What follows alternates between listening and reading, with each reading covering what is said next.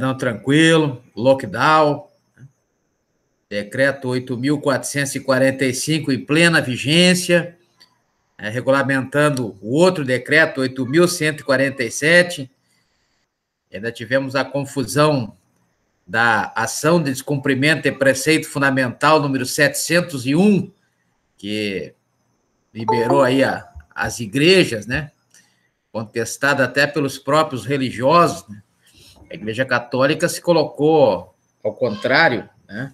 Enquanto que as igrejas evangélicas apoiaram. Então, deu uma certa celeuma, né? Como é normal nessa época, onde muitas pessoas estão aí na dependência das decisões das administrações públicas nas 3 esferas, né?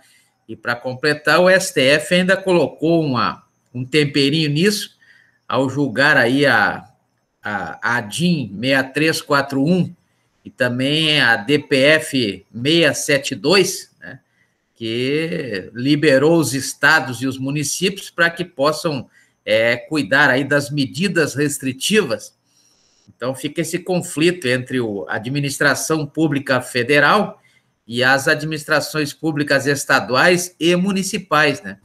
E algumas demandas aí, pelo que eu escutei hoje na rádio, temos um advogado aí que está buscando o que prescreve o artigo 468 da CLT, o artigo 468, 468 da CLT, diz que toda vez que o governo decreta alguma coisa em qualquer de suas esferas dentro da organização político-administrativa do artigo 18 da Constituição Federal, seja na esfera estadual, na esfera municipal, como também na esfera federal, deverá se responsabilizar pelos possíveis prejuízos que poderão advir desse decreto, né? Então, o artigo 468 da CLT, ele traz exatamente esse mandamento. Quando um dos poderes, a administração pública, dentro de cada esfera, determina aí o lockdown, né?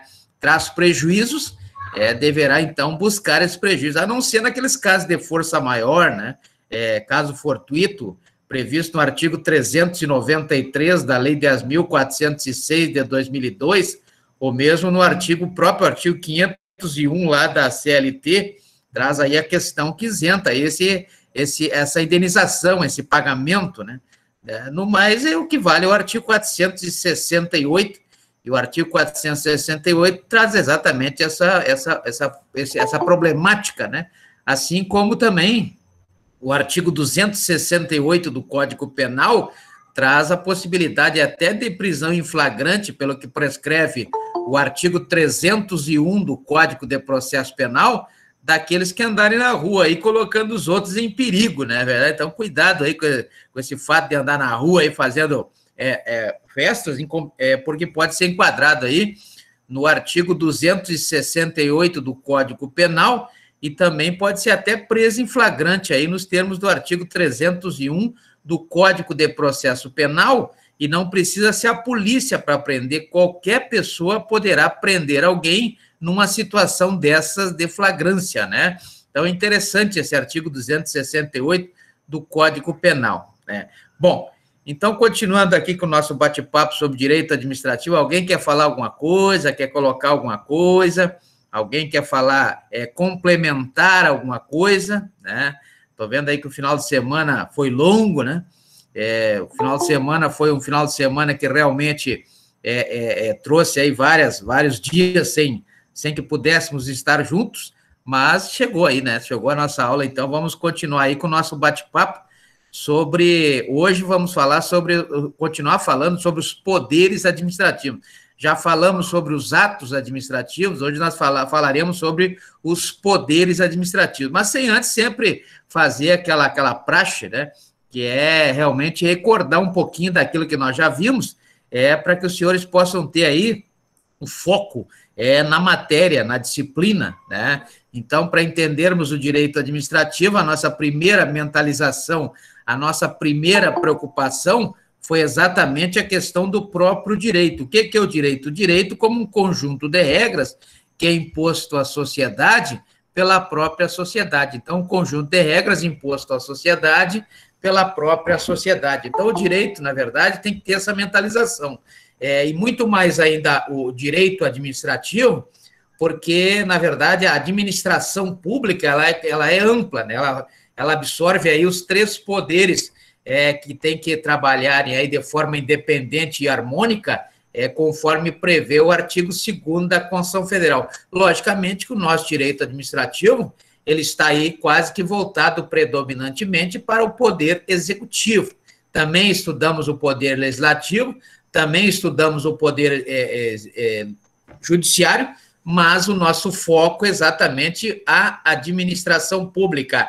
E a administração pública dentro das três esferas da organização político-administrativa, conforme prevê o artigo 18 da Constituição Federal, não é verdade? Então, o direito administrativo, na verdade, ele se regula ou deixa se regular pelo direito público, né? Diferentemente do direito privado, que também já estudamos aí a aplicação do direito privado, mas a predominância se faz pelo direito público, ou seja, aquele direito em que se pode fazer, ou se deve fazer, ou deve não fazer, somente quando a lei determine que se faça ou que não se faça, não é verdade? A base está no artigo 5º, inciso 2º da Constituição Federal, que ninguém é obrigado a fazer ou deixar de fazer alguma coisa, senão em virtude de lei. Isso, logicamente, nós encontramos também no o direito privado, aquele direito em que se pode fazer tudo, menos aquilo que a lei proíbe, né, como se verifica no artigo 104 da Lei 10.406 de 2002.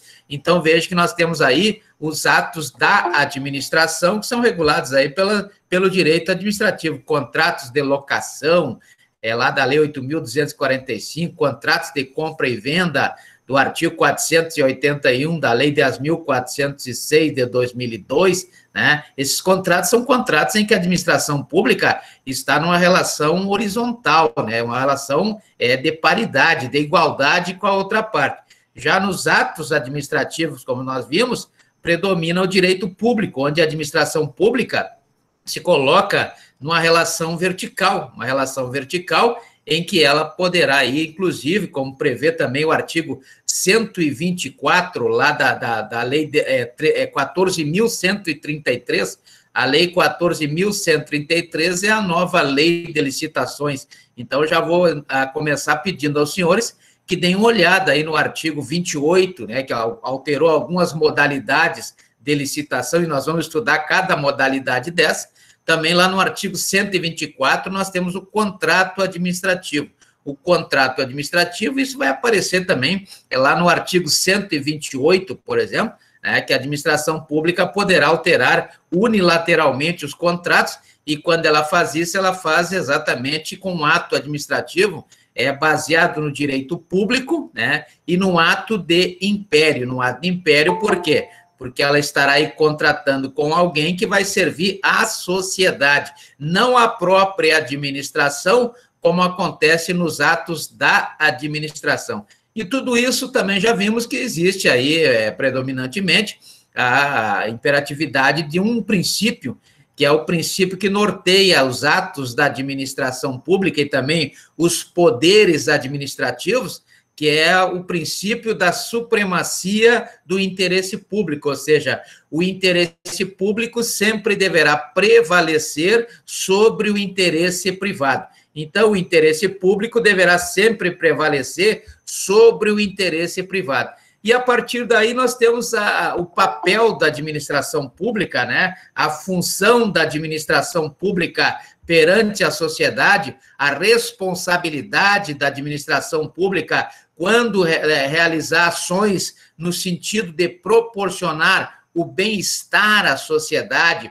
o bem-estar aos administrados, né, o bem-estar aos cidadãos. Então, a administração pública, dentro das suas esferas, ela tem aí uma divisão importante, né? Que é a administração pública objetiva e a administração pública subjetiva. Lembrando que a administração pública subjetiva são aqueles atributos, aquelas funções, aquelas competências das administrações públicas, né? Exercício do poder de polícia é fomentar as políticas